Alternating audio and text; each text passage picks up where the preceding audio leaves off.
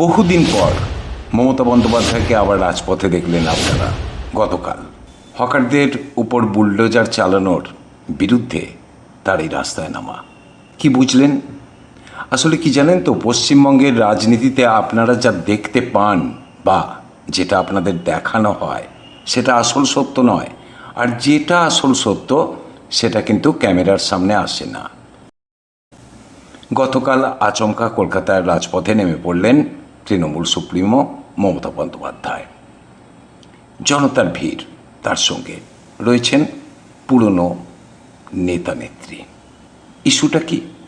BJP সরকার যে bulldozer দিয়ে station এলাকা বা শহরের মধ্যে হকার উচ্ছেদ করছে তার বিরুদ্ধে প্রতিবাদ জানানো। কি মনে হয়েছে রাজপথে মমতার এই আন্দোলন দেখে? নেহাতি খাপছাড়া আগোছালো একটা আন্দোলন, তাই তো? যে হকার উচ্ছেদের বিরুদ্ধে বিশাল প্রতিবাদ মিছিল আপনারা দেখলেন, সেই মিছিলে হকারদের দেখা পেয়েছিলেন? অদ্ভুত লাগছে না? কিন্তু এই মিছিলের সবচেয়ে বড় রহস্যটা কোথায় জানেন? বলবো, দেখতে থাকুন ভয়েস 9 বাংলা। আমি তারক ঘোষ আপনাদের সঙ্গে। যে আন্দোলনটাকে বাইরে থেকে মনে হচ্ছিল অত্যন্ত খাপছাড়া, আগোছালো, লক্ষ্যহীন, তার পিছনে কি আসলে কোনো সুনির্দিষ্ট উদ্দেশ্য রয়েছে? নাকি দিল্লি সফর থেকে ফিরে নিশ্চুপ হয়ে যাওয়া মমতা বন্দ্যোপাধ্যায় পর্দার আড়ালে থেকে সবচেয়ে বড় মাস্টার স্ট্রোকটি চাললেন? একদিকে অভিষেক বন্দ্যোপাধ্যায় যখন ইডি আর সিআইডির সাঁড়াশি চাপের মুখে, ঠিক তখনই দলে পুরনো নেতাদের ফিরিয়ে এনে দল গোছাতে শুরু করে দিলেন মমতা। আর সবচেয়ে বড় কথাটা কি জানেন? অনেকে বলছেন এটা সিপিএমের কাছ থেকে হকার আন্দোলন ছিনিয়ে নেওয়ার ছক। আপনারা দেখেছেন ইতিমধ্যেই হকারদের উচ্ছেদ করা নিয়ে সিপিএম মাঠে ময়দানে নেমে পড়েছে। রেল স্টেশন এলাকায় যেখানেই হকার উচ্ছেদ হচ্ছে সেখানেই সিপিএমের তরুণ নেতারা যাচ্ছেন, তাদের জন্য অন্যান্য ব্যবস্থার কথা নিয়ে দাবি তুলছেন, বুলডোজারের সামনে দাঁড়াচ্ছেন। মমতা বন্দ্যোপাধ্যায় খুব ভালো করেই জানেন ফুটপাত আর রেল স্টেশন এলাকার এই আন্দোলন যদি একবার বামপন্থীদের হাতে চলে যায় তবে তারা কলকাতা আবার ঘুরে দাঁড়ানোর সুযোগ পেয়ে যাবে। তাই সিপিএম যাতে এই আন্দোলন ছিনিয়ে নিতে না পারে সেই মাঠটা কি আগে ভাগে দখল করতেই তিনি নেমে পড়লেন রাস্তায়। শুনুন, দেখতে থাকুন। বেজিং বা ওয়াশিংটনের লড়াইয়ের চেয়েও বাংলার এই অভ্যন্তরীণ রাজনীতি অত্যন্ত জটিল। চেষ্টা করছি পোস্টমর্টেম করার। শেষ পর্যন্ত আপনারা সঙ্গে থাকুন। চলুন একবার ঘটনার ক্রোনোলজিটা একটু বুঝে নেওয়া যাক। ক্ষমতার পালাবদল ঘটে গেছে, কিন্তু এই ক্ষমতার পট পরিবর্তন ঘটার পর থেকেই মমতা বন্দ্যোপাধ্যায়ের প্রতিটি পদক্ষেপ রাজনৈতিক বিশ্লেষকদের বিভ্রান্ত করছে। বুঝতে পারছেন? কিছুদিন আগে তিনি ধর্মতলার ওয়াই চ্যানেলে একটা সংক্ষিপ্ত এবং আচমকা বিক্ষোভ দেখিয়েছিলেন। তারপর তিনি দিল্লি সফরে যান, ইন্ডিয়া জোটের সঙ্গে মিটিং সারেন। রাজনৈতিক মহল ভেবেই নিয়েছিল দিল্লিতে হয়তো কোনো বড় ধরনের রফা বা কৌশলগত আলোচনা হবে কংগ্রেসের সঙ্গে তৃণমূলের যোগ দেওয়া নিয়ে। কিন্তু দিল্লি থেকে ফেরার পর মমতা বন্দ্যোপাধ্যায় সম্পূর্ণ নিশ্চুপ হয়ে গেলেন। ইডি সিবিআই যখন ভাইপো অভিষেক বন্দ্যোপাধ্যায়কে ডাকছে তখনও কোনো বড় বিবৃতি তিনি দিলেন না, এমনকি কোনো বড় কর্মসূচিও তিনি নেননি। কিন্তু গতকাল কোনো পূর্ব ঘোষণা ছাড়াই তিনি বুলডোজার রাজনীতির বিরুদ্ধে রাজপথে নেমে পড়লেন। খাপছাড়া, তাৎক্ষণিক আবেগ থেকে আন্দোলন, তাই তো? কিন্তু রাজনীতিতে মমতা বন্দ্যোপাধ্যায়কে যারা চেনেন তারা জানেন তিনি কখনো কোনো চাল লক্ষ্যহীনভাবে চালেন না। তাহলে হকারদের মিছিলে হকাররা এলো না কেন? তারা কি পুলিশের ভয়ে এগিয়ে এলো না? নাকি তারা এই আন্দোলনকে রাজনৈতিক রং দেওয়ার চেয়ে প্রশাসনের সঙ্গে শান্তি সূত্রে বেশি ভরসা পাচ্ছেন? কিংবা তারা সিপিএমকেই ভরসা করছেন? কারণ যাই হোক, হকারদের অনুপস্থিতি আন্দোলনকে এক বড়সড় প্রশ্নের মুখে দাঁড় করিয়ে দিয়েছে। কিন্তু আপনারা কি লক্ষ্য করেছেন যে এই রাজনৈতিক দাবার বোর্ডে আরও দুটো গোপন চাল রয়েছে, যা সাধারণ মানুষের হয়তো চোখে পড়ছে না। প্রথম কথা, কলকাতায় হকারদের উচ্ছেদ করার পর থেকে বামপন্থীরা, বিশেষ করে সিপিএমের ট্রেড ইউনিয়নগুলো হকারদের পক্ষে ময়দানে নেমে পড়েছিল, কড়া আন্দোলন শুরু করে দিয়েছিল বিভিন্ন জায়গায়। আপনারা জানেন যে ফুটপাতের হকার ইউনিয়নগুলোর ওপর একসময় বামপন্থীদের একচেটিয়া দখল ছিল।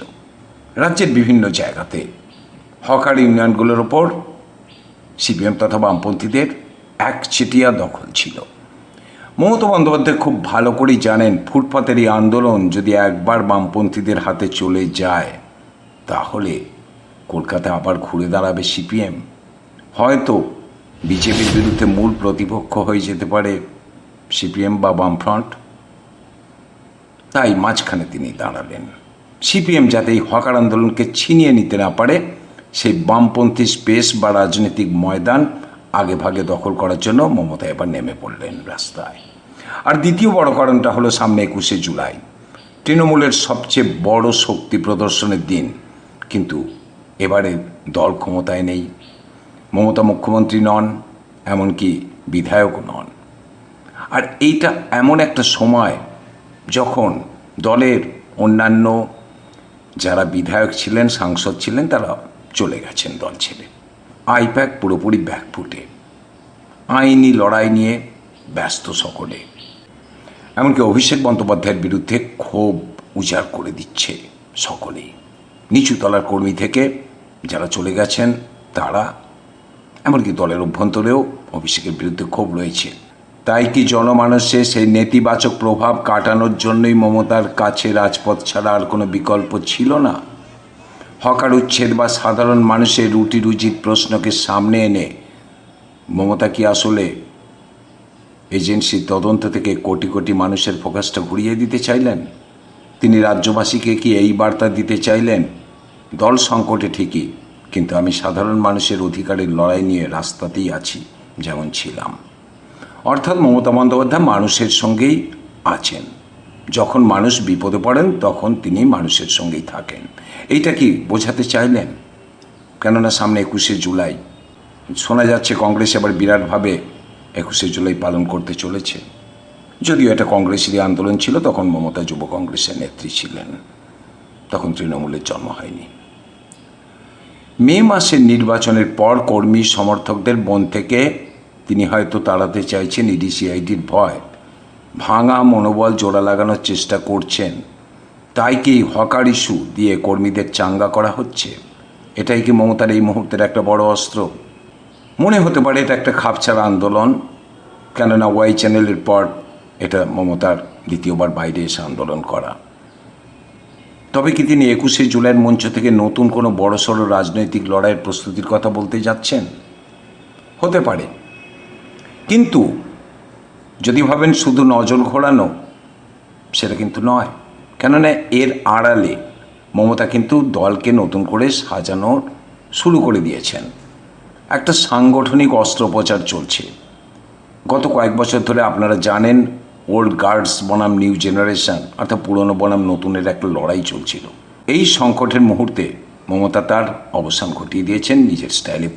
দলের পুরনো কর্মীদের ওপরই তিনি নিজের বিশ্বাসটা রেখেছেন। আর রাজটা মমতা কিন্তু এখন নিজের হাতেই সম্পূর্ণ তুলে নিয়েছেন। অভিষেক বন্দ্যোপাধ্যায়কে একটু দূরে সরিয়ে দেওয়া হয়েছে, লক্ষ্য করলে দেখবেন। সুব্রত বক্সী, কুণাল ঘোষ, দোলা সেনের মতো পুরনো পরীক্ষিত এবং রাজপথের লড়াকু সৈনিকদের আবার ফ্রন্ট লাইনে নিয়ে এসেছেন। কেন? কারণ তিনি জানেন এজেন্সির এই ঝোড়ো হওয়ায় নতুন প্রজন্মের কর্পোরেট স্টাইলের নেতারা হয়তো ভয় পেয়ে পিছিয়ে যেতে পারেন, কিন্তু পুরনো চালেরা, মানে পুরনো চাল, বহু ঝড়ঝাপটা থেকে অভ্যস্ত, তাদের ওপর নির্ভর করা যায়, কিন্তু নতুনদের ওপর, বিশেষ করে যারা কর্পোরেট স্টাইলের নেতা, তাদের ওপর নির্ভর করা যায় না। এটাও কিন্তু একটা চাল। শুধু যে পুরনোদের ফিরিয়েছেন তা নয়, তিনি কিছু নতুন তরুণ মুখকেও ফ্রন্টলাইনে জায়গা দিয়েছেন। এটা তার দ্বিমুখী কৌশল। একদিকে পুরনোদের অভিজ্ঞতা দিয়ে দলের ভারসাম্য রক্ষা করা, আর অন্যদিকে একদম নতুন একটা লড়াকু ব্রিগেড তৈরি করা, যাদের গায়ে এখন এজেন্সির কোনো কালির দাগ লাগেনি। বুঝতে পারছেন? একদিকে দলের অভিজ্ঞতা সম্পন্ন পুরনো নেতাদের ফিরিয়ে এনে দলের ভারসাম্য রক্ষা করছেন, অন্যদিকে একটা তরুণ লড়াকু ব্রিগেড তৈরি করছেন যাদেরকে এজেন্সির কোনো ছাপ নেই, মানে এজেন্সি যাদের কখনো ডাকেনি বা যাদের বিরুদ্ধে কোনো অভিযোগ নেই, একেবারে নতুন আনকোড়া। তাহলে শেষ পর্যন্ত কি দাঁড়ালো? মমতার এই হঠাৎ রাজপথে নামা কোনো খাপছাড়া বা লক্ষ্যহীন ক্ষোভের বহিঃপ্রকাশ? মনে হচ্ছে না। এটা অত্যন্ত ঠান্ডা মাথায় একটা সুনির্দিষ্ট রাজনৈতিক চাল। একদিকে অভিষেক ও আইপ্যাকের ওপর থেকে এজেন্সির চাপ কমানো, অন্যদিকে বামপন্থীদের হাত থেকে হকার আন্দোলনের জমি কেড়ে নেওয়া। আর এই সব কিছুর ওপরে সামনে যে 21শে জুলাই রয়েছে, তার আগে থেকে দলের রাস নিজের হাতে রেখে পুরনো বিশ্বস্ত সৈনিকদের নিয়ে নতুন দুর্গ গড়ে তোলা। হকাররা মিছিলে না এলেও মমতা কিন্তু তার রাজনৈতিক বার্তা ঠিক জায়গায় পৌঁছে দিতে সফল হয়েছেন বলে মনে করছেন রাজনৈতিক বিশ্লেষকরা। কিন্তু আপনাদের কি মনে হয়, মমতার এই আচমকা আন্দোলন কি পারবে তৃণমূলকে আবার চেনা ফর্মে ফিরিয়ে আনতে, নাকি সিপিএম ও বিজেপির সামনে লড়াই এই কৌশল ব্যর্থ হবে? আপনার কড়া মতামত নিচে কমেন্ট করে জানান। ভিডিওটা ভালো লাগলে লাইক ও শেয়ার করুন। আর পশ্চিমবঙ্গের রাজনীতি নিয়ে বিশ্লেষণ পেতে চ্যানেলটি সাবস্ক্রাইব করুন। দেখা হচ্ছে পরের ভিডিওতে। এতক্ষণ আপনারা দেখছিলেন ভয়েস 9 বাংলা, মানুষের পাশে, সত্যের পক্ষে।